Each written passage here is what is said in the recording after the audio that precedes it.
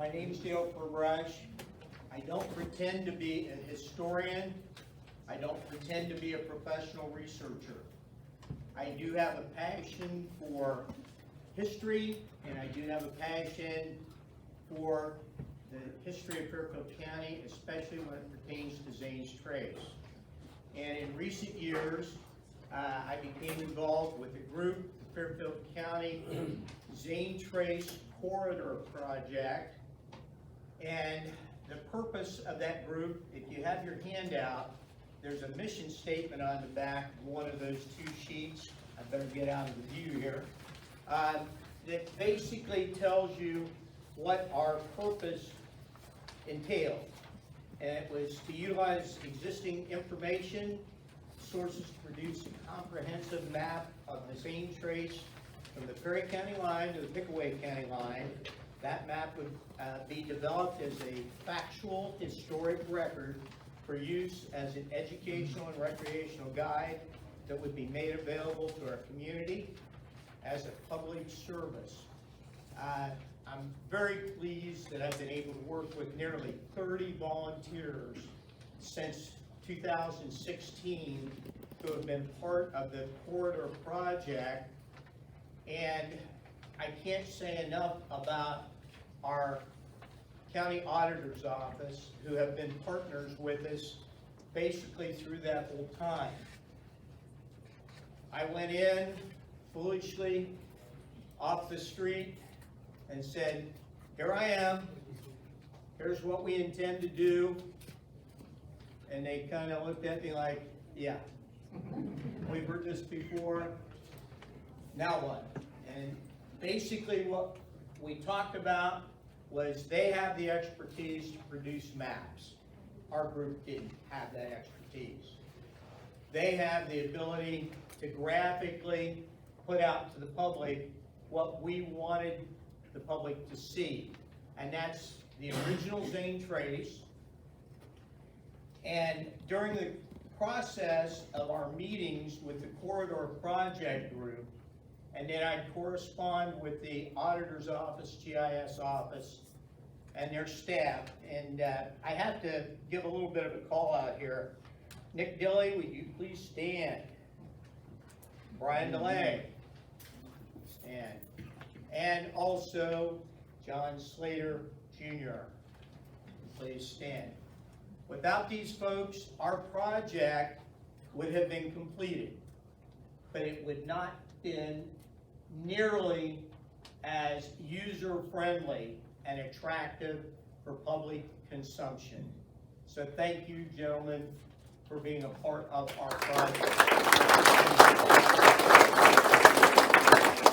And I can tell you from traveling around, I've been to most of the counties recently in Ohio who have had the Zane trace run through them. Fairfield Union, I'm a former high school principal at Fairfield Union. So if I let that slip, I apologize. Fairfield County is far ahead of nearly every other county in terms of documentation of the trace and mapping of the trace. And wherever I go, I take copies of the maps you've seen over here on the table, and they will look at them and they'll say, how in the world did you produce these? And I said, our people put together the data and delved into the history, but we didn't produce these maps. These maps were produced by our Auditor's Office, GIS office.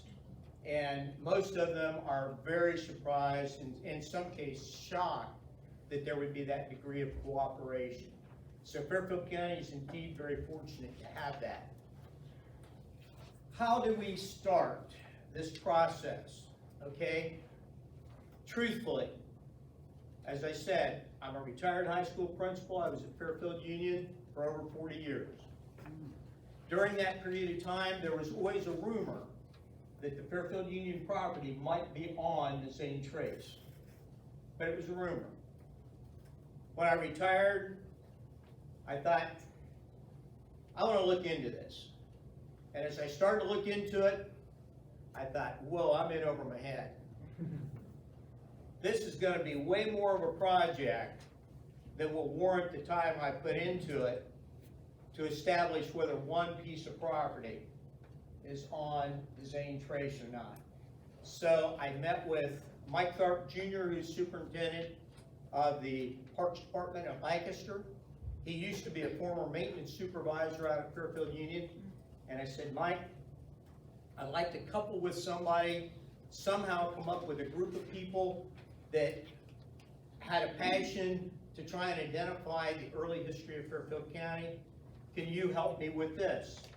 And we talked and we threw out different names. And Mike volunteered the facilities for the Parks Department for us to meet in. And we set up a meeting, and that agenda that you have, January 24th, 2017, was the first formal meeting that we held. We had no idea how long it would take us. We had talked 2, 3, 4, maybe even 5 years or longer when we started. We had no idea. What we were working with pretty much was folklore, oral history, signs that had been put up over the years saying, Zane Trace went through here, or this property was on the Zane Trace. We didn't know how accurate that would be, and we were looking for ways to try and verify. And during the process, we became aware of information that in anticipation of statehood, which didn't take place until 1803, but from 1798, 99, and 1800, and a little bit into 1801, the territorial, Northwest Territory, remember, the territorial governor sent out surveyors to begin surveying all the land in the Northwest Territory. And if you remember, Congress dictated that they would do it in square mile sections.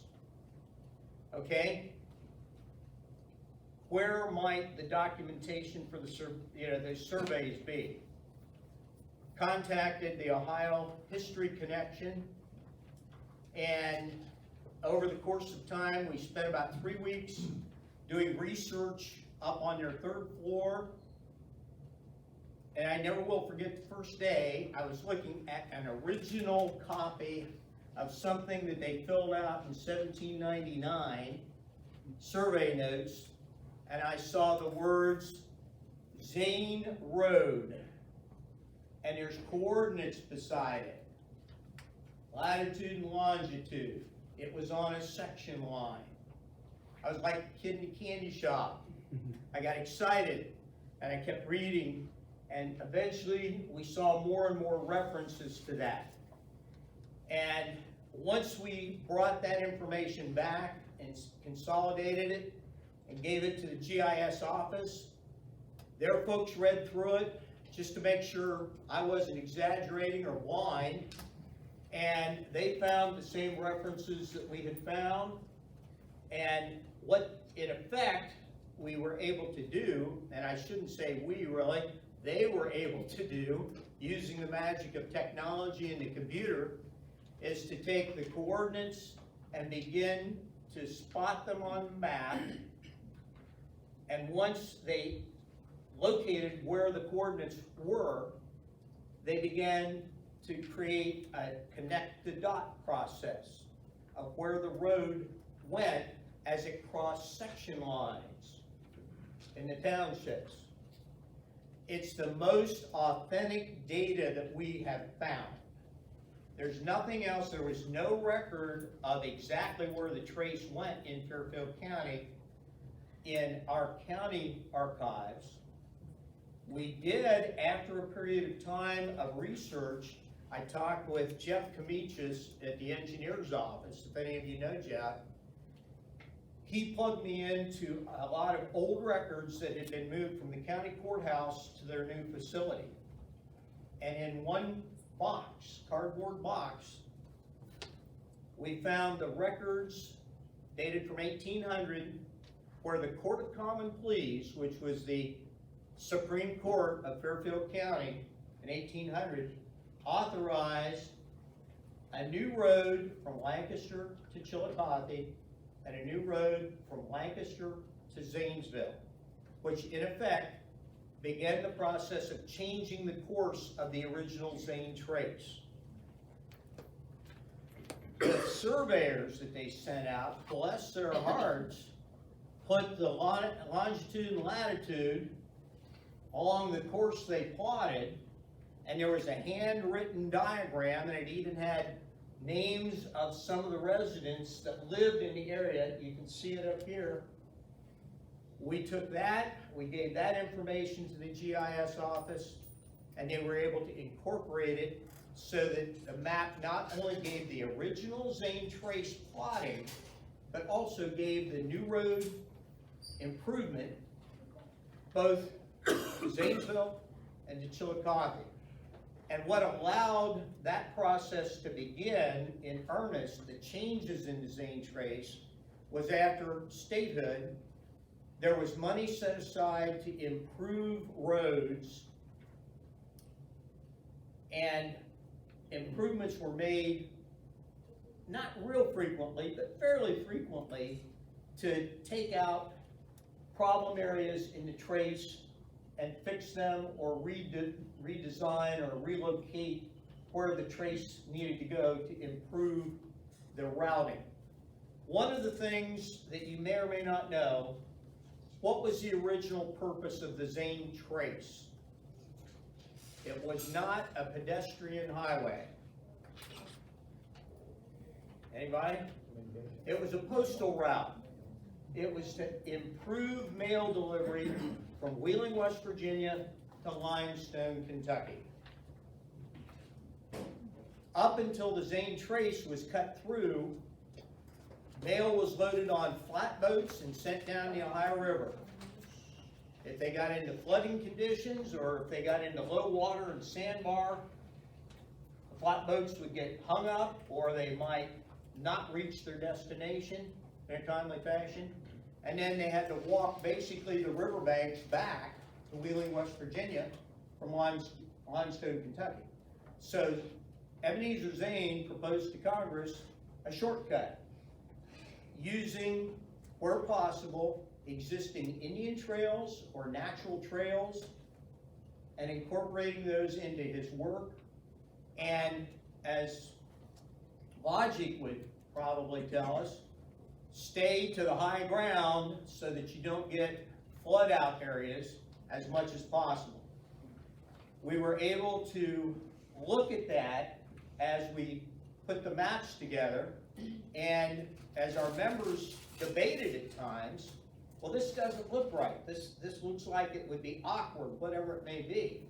And there was a lot of discussion about the plot of the original Zane trace. For instance, over in the Amanda area, if you looked at the map, it looks like a teacup almost in one place. Straight line, then this big bulge. That was the Muddy Prairie Swamp area. They couldn't penetrate through the swamp, so they kept probing and going around the swamp till they finally got a path to go on through. We learned a lot during that process, and our group still exists today, although COVID really changed our course for a while. But because of the documents that we found and shared with the GIS office, which gave us the plotting of the original Zane trace, we actually had the good fortune of accomplishing our first goal in less than a year. And then we met. Joe was at that meeting, I think. He was at most of our meetings. And we said, are we done?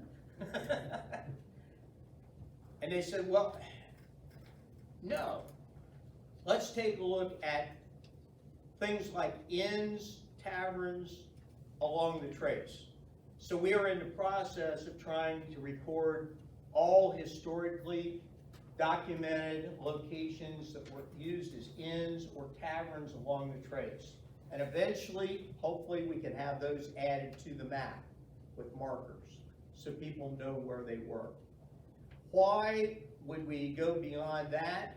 Wherever you had an inn or a tavern, you had to have some way of getting the intoxicating liquor. Where did that come from? Mills. Every mill practically had a small distillery attached to it. So we added additional items on the list to include mills as well as any documentation of a distillery of any kind. So at some point in time in the future, the good Lord willing, the creek don't rise and COVID goes away, I hope, we are going to be able to produce additional information about the Zane Trace for you folks. It's been a real pleasure for me to work with this group, to work with the GIS office. I enjoy talking to people about this project. I can tell you, and I believe it wholeheartedly, what we've put together is as accurate as humanly possible, given the data that's available. I do want to step back, though, and credit persons like Charles Goslin, early historians that theorized and used their best guesswork to try and identify where the trace may have gone. They didn't have the advantage of those survey documents that we did. And I admire them for taking a step of faith and putting in a history book or putting in a book that they published where they thought the trace may have gone. Even though it may have been disproven after the fact, they at least tried. And that's what our country's about. That's what our projects that all of us get involved with are up to. We're trying to accomplish something. If we fail, we fail. You know, but at least we can look ourselves in the mirror and I get scared when I do that. But the rest of you can say, you did your best, you did all you could do. I've said probably more than you wanted to hear. I get excited when I talk about the project. I get excited when I talk about the end project that we put together. I just thank so many people for the work that they put into it. And I thank you for showing your interest tonight. I'll be around afterward if anybody has any questions. I'd love to, you know, try and answer them or find answers for you. And I thank you. With the Fairfield County Auditor's Office, and I'm going to tell you kind of the more technical side of how we produced all those maps, working with Dale and his group. And before you do that, Dale, you never answered the question whether or not Zane Trace went through your school's property. The answer is yes. We just had a community day at the Land Lab this past Saturday. We were able to feature the Baker Covered Bridge, which sits on the property. Tell people again that the Zane Trace crossed that property, which it did, right through our the old bus garage, through the softball dugout, down over the hill to 10 Church Road, and back over the hill through the Manberg Park, which is just up the road. And we also have an Indian mound that we've identified on that property, an Adena Indian mound, which dates back somewhere between 1000 BC and 100 AD. So footsteps have been on that property for 3,000 years, give or take. And there is also an early 1800s stone foundation of a barn and a house on the east end that we're beginning a renovation process to see what we can develop. So yeah, I'm still involved with the Land Lab. It is on that property. The Zane Trace went through there, and I thank you for asking the question. So here has already went through all this really well, but just a couple of points there.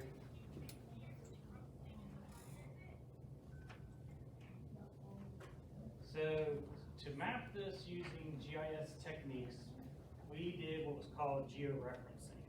So you take a map, paper map usually, scan it in, real high resolution, and then you can take that into the computer, scale it, twist it, move it around and make it fit where it would be in the world. And you do that by picking points on the map that are the same points on the ground. So with these early maps, the only thing you really had to work with were section corners. There's no roads other than the Zane Strait, which we were trying to find, and streams. Streams move all the time. So we worked at looking at all the section corners. So we used 8 maps going from 1798 to 1801, and we ended up identifying 361 points on those maps to the ground. If you get above 10, your accuracy is really good. So we went as many as we could, got every section corner on those maps, which was 361, and we put those maps, positioned them to see where the trace fell. In the meantime, Dale and his group was able to find the handwritten field notes that went along with all these maps. So we went through nearly 200 pages of handwritten field notes and identified wherever it talked about the trace. Whether it was a trace, the Wheeling Road, had many names. And that's what Dale referenced, they found all those too, and we went through and found those, and using those, because they would tell you from a section corner, they went east 30 chains and then hit the trace. Or they're from another section corner, they went north 30 chains. So using all those points, we converted those to feet and plotted all those out, and that gave us 52 more points that we could use to even tie down even further. So, like I said, you get above 10 points, your accuracy is really good. At this point, we're over 400. So we're making it as accurate as we possibly can.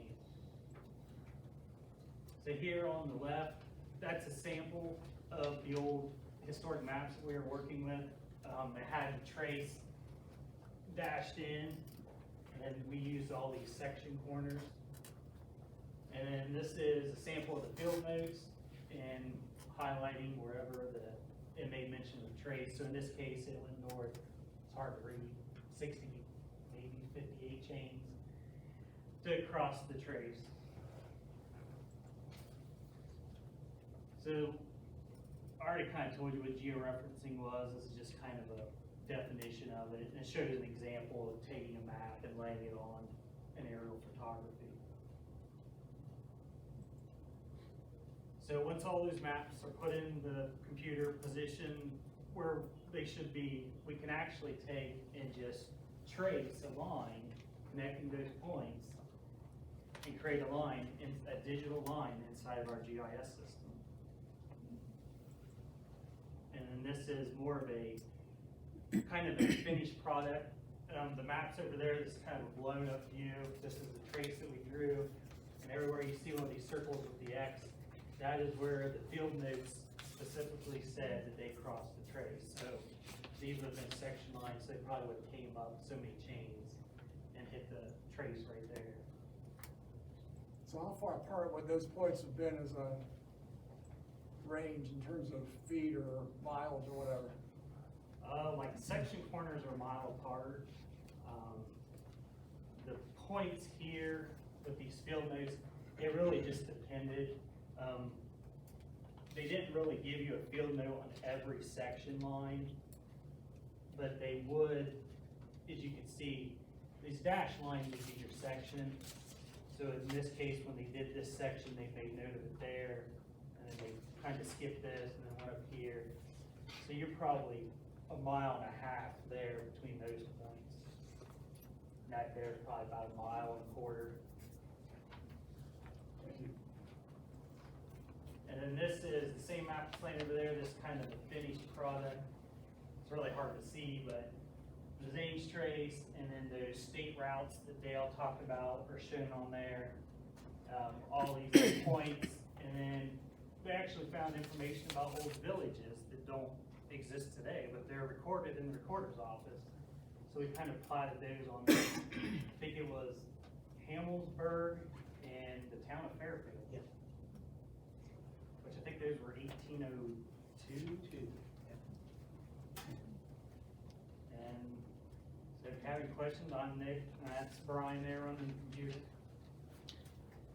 Dale may have already mentioned it and it might be in here, how long is the trace? Across It- from Wheeling to Limestone, The entire, 297 miles, I believe. Yeah, I think on one of those. One of the documents has the exact amount.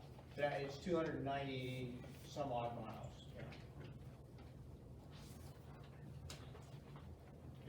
So will you sign it like they signed Morgan Raiders route? Will you assign markers out? Is there a plan to put signs along the trace? That is something that we talked about briefly as a project group. It really wouldn't be our determination if that's done. We probably may approach township trustees at some point in time and say, these are the locations near a roadway in your township. You know, would you consider putting township markers that this road or this area was on the historic trace? We haven't gotten to that point. COVID shut us down before we could get there. But, you know, that's something that's, was discussed briefly and will come back up, I'm sure. I think she was hoping you'd answer that you were gonna put a sign every mile. You know. Individually me? Yeah.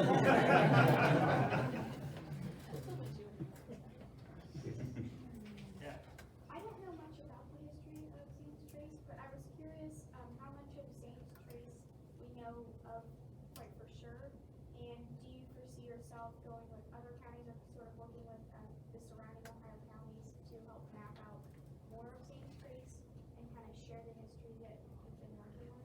I know, Dale, you've been sharing information with other counties, right? Yeah, it really does depend county to county, what the administrative arm of the county wants to do. A couple of the counties seem very anxious to try and cooperate with some kind of a larger scale plan, and there are some counties that are kind of introverted, I'll say for lack of a better term, and want to keep their information to themselves. Will it get done anytime soon? I doubt within the immediate future. That there is a 225-year activity coming up about the Zane Trace that's going to kick off next year, actually in Muskingum County, and that could be used as a springboard to try and get more counties to come together and cooperate. But there's no overall plan right now. And then the other part of her question, has anyone went out and put feet on the ground trying to verify location of the trace yet? There's parts of it that have been walked. The dilemma that you have is a lot of it's on private property. And you would spend a ton of time trying to run down everybody and get permission to do that. We have talked about the possibility of having a drone flyover and produce a video that could be released for public use, showing all of the properties along the trace. Obviously, that's a dollars and cents issue there too, because of the technology that's involved. But that's as far as that's gotten to date. Where did Ebenezer Zane live, and did he make a lot of money off of this? He lived in Wheeling, West Virginia, which at that time was Wheeling, Virginia, because West Virginia didn't exist. He made a lot of money because he owned a huge amount of property in Wheeling. His family was well-to-do.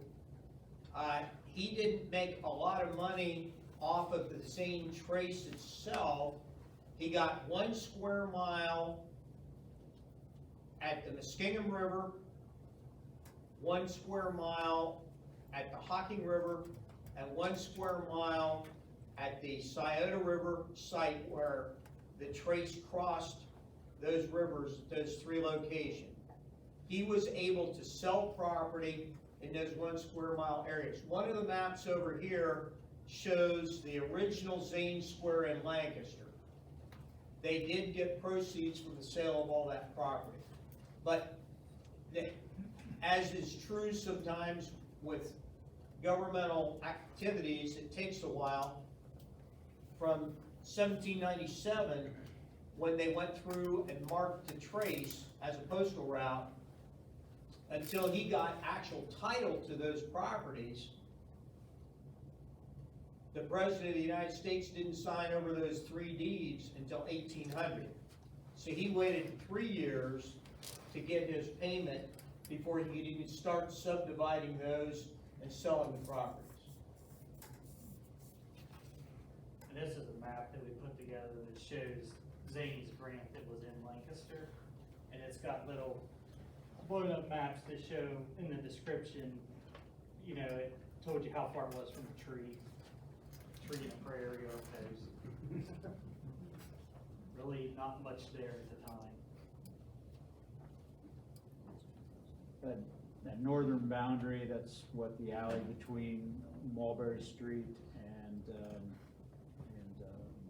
King, I think? I believe so. Yeah, and I think the southwestern point is, if you know where Talmadge School is, it's not too far south from where Talmadge School is on the left-hand side. And that northwestern point is just kind of west of Miller Park, kind of references, just to kind of give you a general reference.